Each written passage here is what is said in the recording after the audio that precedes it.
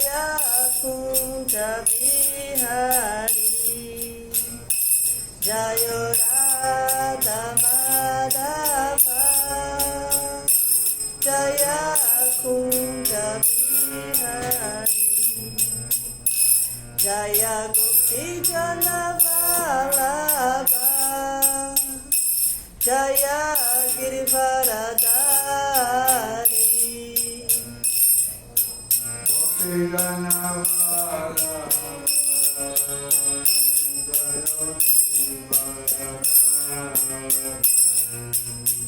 Yashodanandana Braja Jana Ranjana,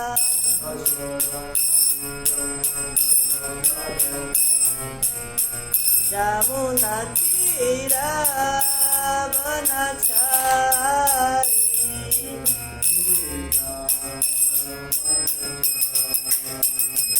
Jaya Radha Madhava, Kunja Bihari,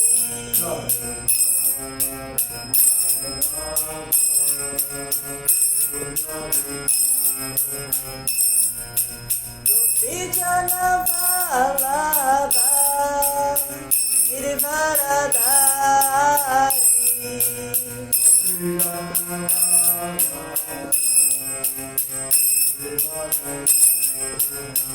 Yashodanandana Braja Jana Ranjana,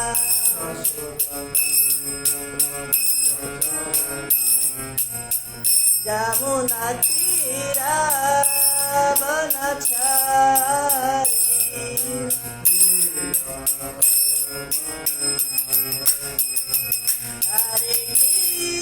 Hare Krishna, Krishna Krishna, Hare Hare, Hare Rama,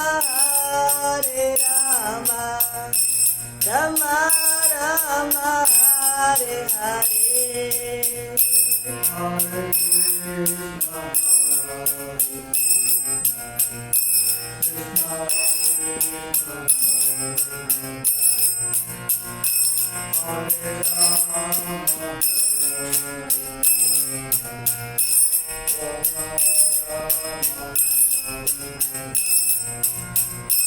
Hare Krishna, Hare Krishna, Krishna Krishna, Hare Hare, Hare Rama, Rama Rama, Hare Hare, Hare Krishna, Krishna Krishna, Hare Rama, Jaya Prabhupada, Jaya Prabhupada, Jaya Prabhupada, Srila Prabhupada,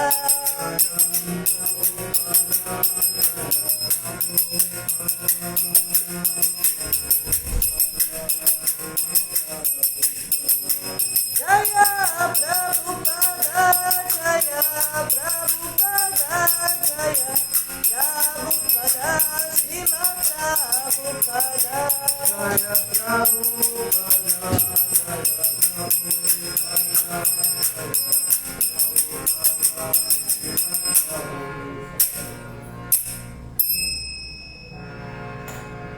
Om Namo Bhagavate Vasudevaya.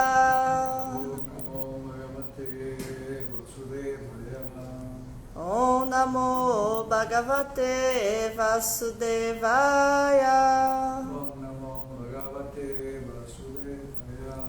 Om Namo Bhagavate Vasudevaya. Om Namo Bhagavate Vasudevaya. Então estamos aqui iniciando mais uma leitura da Bhagavad Gita. Aqui na ISKCON Rio a gente está lendo, a gente está no iniciozinho da leitura da Bhagavad Gita, estamos no capítulo 1 ainda, hoje é o verso 3. Deixa eu dar boa noite para quem está aqui conosco. Goura Krishna Das, Hare Krishna, que está aqui bem pertinho. Regina Helena Gomes, boa noite, Regina. E o Kazé, Hare Krishna, Kazé. Boa noite a todos.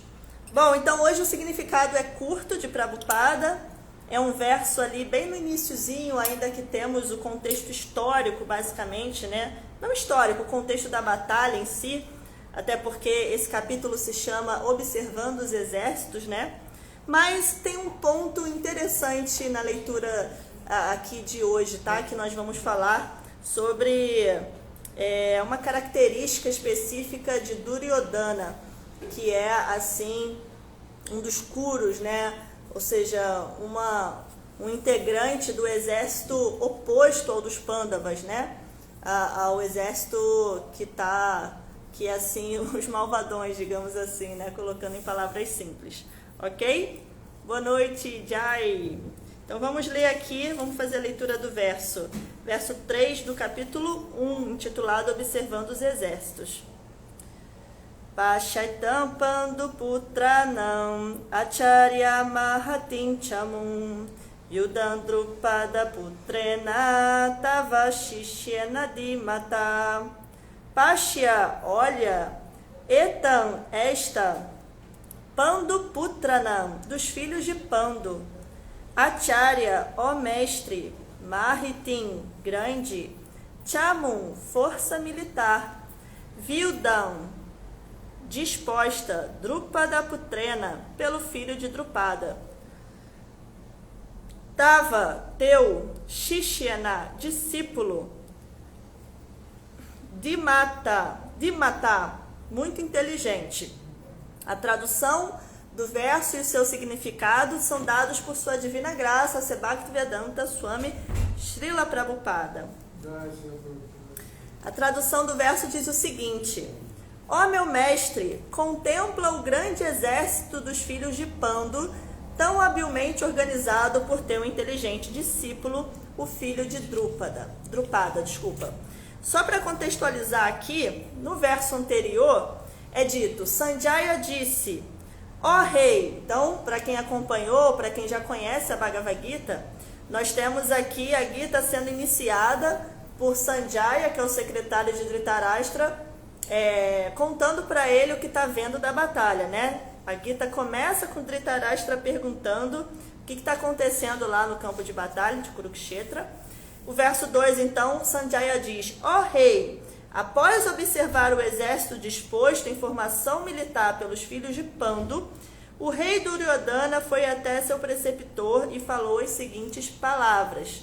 Então agora a gente tem no verso 3, Duryodhana falando com o seu mestre de armas, Dronacharya, tá? E aí Duryodhana diz o seguinte, ó meu mestre, contempla o grande exército dos filhos de Pandu. Então Duryodhana está pedindo para Dronacharya dar uma olhada assim, né? Olha só o exército dos Pandavas, da nossa oposição.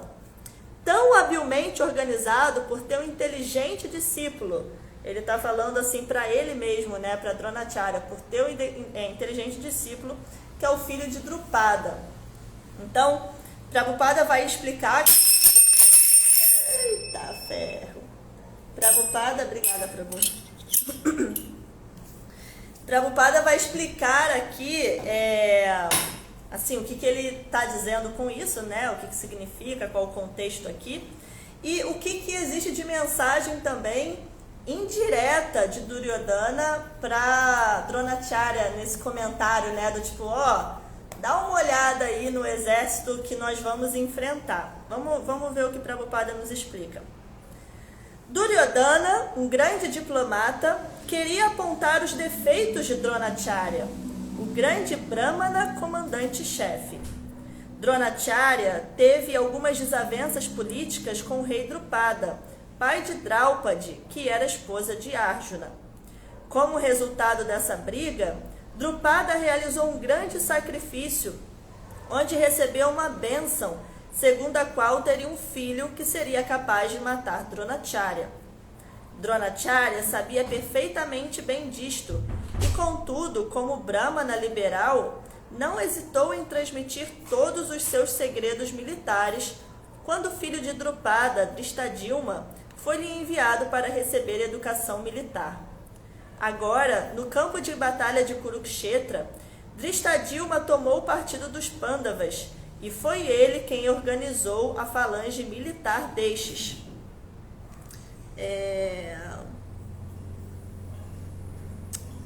Queria ver aqui onde Prabhupada falou do... Enfim, perdi.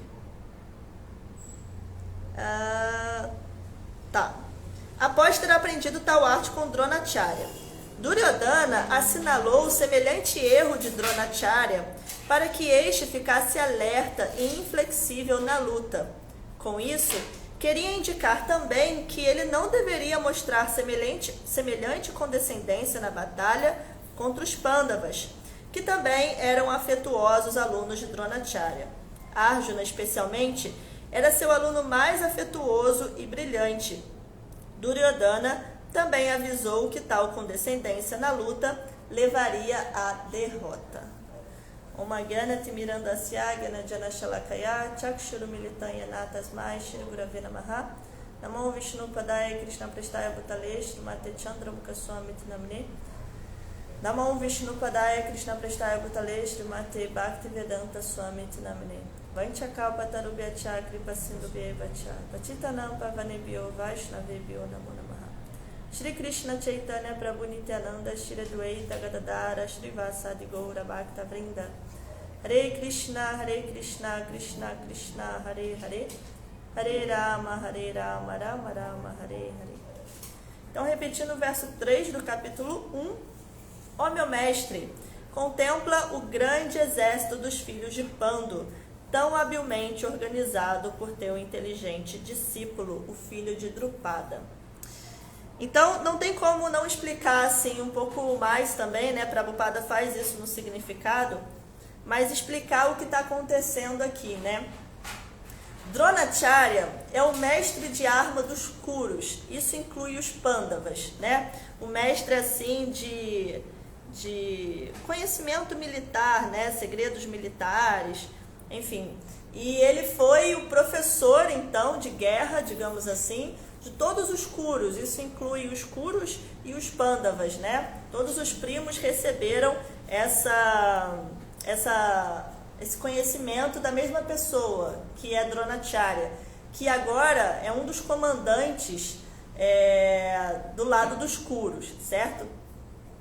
E existe uma história, né, de que Dronacharya, ele tinha uma desavença política, né, Prabhupada falou aqui, mas ele tinha uma desavença com o rei Drupada. O rei Drupada é o pai de Draupadi, que é a esposa dos Pandavas, né? E esse rei Drupada, ele ficou tão raivoso, né? Ele queria vingança de Dronacharya. Dronacharya, na época, nem fez tanto caso, né? Assim, teve a desavença, mas nem foi tanto caso, porque antes eles eram amigos. Mas Drupada não, Drupada ficou muito raivoso, querendo vingança, e ele fez um sacrifício para ter um filho que vingasse a honra dele, assim, digamos, né? Então ele fez um sacrifício para que tivesse um filho que matasse Dronacharya, porque ele não poderia mais fazer isso, né? E assim nasce Drishtadyumna, que todo mundo sabia, né? Porque esse desejo de Drupada era divulgado, né? Todo mundo sabia que o filho Drishtadyumna, o filho de Drupada, né? Irmão de Draupadi, Draupadi acaba nascendo aí no mesmo sacrifício, né? Mas sabia que esse filho, vindo de um sacrifício feito por Drupada, veio para isso, com essa função de matar Dronacharya. Dronacharya era uma pessoa muito especial, né? Ele não era qualquer pessoa. E ele, mesmo sabendo que havia nascido um filho do seu inimigo, né, para matá-lo, ele ainda assim, como ele era o professor ali de armas de todos daquela região, ele ainda assim ele dá um conhecimento para Drishtadyumna, né? Drishtadyumna vai pedir para que ele seja o professor dele. Era o único ali, né? Naquela época era o único professor assim, o chefe, o melhor. Mas mesmo sabendo que aquele menino tinha nascido para matá-lo, ele passa esse conhecimento para Drishtadyumna. E as coisas acontecem como devem acontecer, então Drishtadyumna ele cresce, né? Eles recebem esse conhecimento desde a primeira adolescência, né? E ele cresce e chega o momento da batalha. O que acontece? De fato, Dronacharya está de um lado, do lado dos Kurus, por uma série de questões políticas também, e Drishtadyumna está do lado dos Pandavas. Então, olha aí a oportunidade que Drishtadyumna tem para assim honrar o pai, né? Para cumprir a sua promessa de vida, que era matar Dronacharya para o seu pai Drupada. Então, o que está acontecendo aqui? Antes de começar a batalha, Duryodhana, que é o grande cabeça do lado dos Kurus, ele chega para o seu professor, porque Dronacharya também era o seu mestre. Ele chega para o seu próprio mestre, e olha a arrogância de Duryodhana, né? As pessoas arrogantes, elas não respeitam nenhum tipo de autoridade, né? Ele não respeitava seu avô Bhisma, ele não respeitava seu mestre Dronacharya, né? Então, Duryodhana é uma pessoa extremamente arrogante. E na sua arrogância, ele chega perto de Dronacharya, que é um dos comandantes-chefes ali do exército dos Kurus, né? E ele chega para Dronacharya com o intuito de criticá-lo e fala: olha só, Dronacharya, olha aí, tá vendo o exército maravilhoso dos Pandavas? Olha lá um dos comandantes-chefes, quem é? Drishtadyumna, né? Não se esqueça que ele nasceu para te matar, então fique alerta. Então, Dronacharya, ele dá esse toque assim, né? Jogou um veneninho em Dronacharya, mas Prabhupada explica assim, não é só, ele não falou isso só para Dronacharya ficar em alerta. Ele jogou um veneninho mesmo, como o Prabhu Divyananda falou aqui ao vivo, né? Ele já aproveitou para fazer uma crítica, né? Ele aproveitou para lembrar Dronacharya do seu erro, que segundo, na visão dele, era um erro, né? Como é que você passa todo o seu conhecimento bélico, militar, para a pessoa que nasceu com a promessa de te matar, né? Tipo, muita burrice, né? Na cabeça de uma pessoa arrogante e orgulhosa como Duryodhana. Para uma pessoa que é devota, que é confiante em Deus como Dronacharya, né? Que sabe que nada pode acontecer sem a permissão de Krishna, não existia motivos para ele não passar conhecimento. Porque é dito, né? As escrituras falam que todo mal que nos acontece só acontece com a permissão de Krishna. Então, se alguém quer nos fazer algum mal e eu não tenho karma, eu não tenho merecimento para receber esse mal, Krishna não vai permitir, esse mal não vai chegar a mim. Mas todo mal que me acomete é porque de alguma forma eu também tenho um certo merecimento, eu tenho um karma, alguma lição que eu preciso viver para receber aquele mal, né? Assim, falando numa linguagem dicotômica entre bem e mal. Então, uma pessoa que é confiante em Deus e devota como Dronacharya, passar ou não conhecimento para Drishtadyumna não fazia diferença, né? Mas para Duryodhana, que é uma pessoa orgulhosa, uma pessoa que não tinha toda a postura de um ateu, né? Assim, ele era arrogante no sentido de não abaixar a cabeça para nenhum tipo de autoridade. Isso começa no seu pai, no seu avô, no seu mestre e chega até Deus, obviamente. Aquilo foi uma grande burrice, ele ter passado o conhecimento para Drishtadyumna, né? Então ele agora quer apontar os defeitos de Dronacharya ali antes da batalha, né? E pede para ele ficar alerta. Outra mensagem implícita que tem nesse verso, quando ele dá esse toque em Dronacharya, segundo Prabhupada, é que ele fala assim, ó, não vai ficar assim, Dronacharya, né? Não vai ficar compadecido, sentimental com os seus discípulos, né? Porque do outro lado estavam discípulos queridos de Dronacharya. Dronacharya, ele só estava no lado dos Kurus pelos mesmos motivos de Bhisma. Eram pessoas boas que deviam estar do outro lado, mas estavam do lado dos Kurus por motivos políticos, por promessas anteriores que tiveram que fazer e que tiveram que cumprir. Então, é devido também a toda a articulação política que os Kurus fizeram, né? Principalmente Duryodhana e seu tio, Shakuni, né? Então, eles tiveram que estar do lado dos Kurus, mas eles eram pessoas com a consciência do outro lado. Então, Duryodhana, ele sabe disso, então quando ele fala com Dronacharya, com seu mestre, ele fala, não vai ficar sentimental com os seus discípulos queridos, né? Porque inclusive Arjuna era o discípulo preferido de Dronacharya, né? Porque Arjuna era o maior arqueiro do mundo e Dronacharya gostava muito de Arjuna como discípulo, né? Porque era um grande discípulo, não só um grande arqueiro, mas uma grande pessoa, uma pessoa humilde, uma pessoa que sabe ouvir, um bom discípulo, né? O discípulo é aquele que sabe ouvir, que sabe seguir as instruções. Então, ele era muito querido por Dronacharya. Então, aqui Prabhupada também diz, né? Com isso, queria indicar também que ele não deveria mostrar semelhante condescendência na batalha contra os Pandavas, que também eram afetuosos alunos de Dronacharya. Arjuna, especialmente, era seu aluno mais afetuoso e brilhante. Duryodhana também avisou que tal condescendência na luta levaria à derrota. Né? Hare Krishna, Pedro, boa noite. Então, ele dá esse toque, né? Olha, não vai ficar aí compadecido com eles, porque isso vai nos fazer perder, né? Agora você está aí de frente, comandante-chefe do nosso exército. Então, fica ligado e fica alerta com Dristadilma, né? Então, esse verso assim é Duryodhana na sua arrogância, né? Mais uma vez falando alguma coisa. Bom, para finalizar, algo que também é bem interessante aqui é que Prabhupada, no significado, ele diz que Duryodhana é um grande diplomata. Diz aqui, né? Começa assim, Duryodhana, um grande diplomata, queria apontar os defeitos de Dronacharya, o grande Brahmana comandante-chefe. Então, o que significa, né, dizer aqui que Duryodhana era um grande diplomata? Duryodhana era uma pessoa política, era uma pessoa, o que isso significa? Significa que ele era um articulador, né? O tempo todo, Duryodhana, no Mahabharata, né, ele fica articulando, né, com o exército aqui, com apoio político ali, e fala com o pai, fala com Bhishma, com Dronacharya, ele vai articulando, né? Então, ele era um diplomata, não no sentido bom da palavra que a gente conhece, né?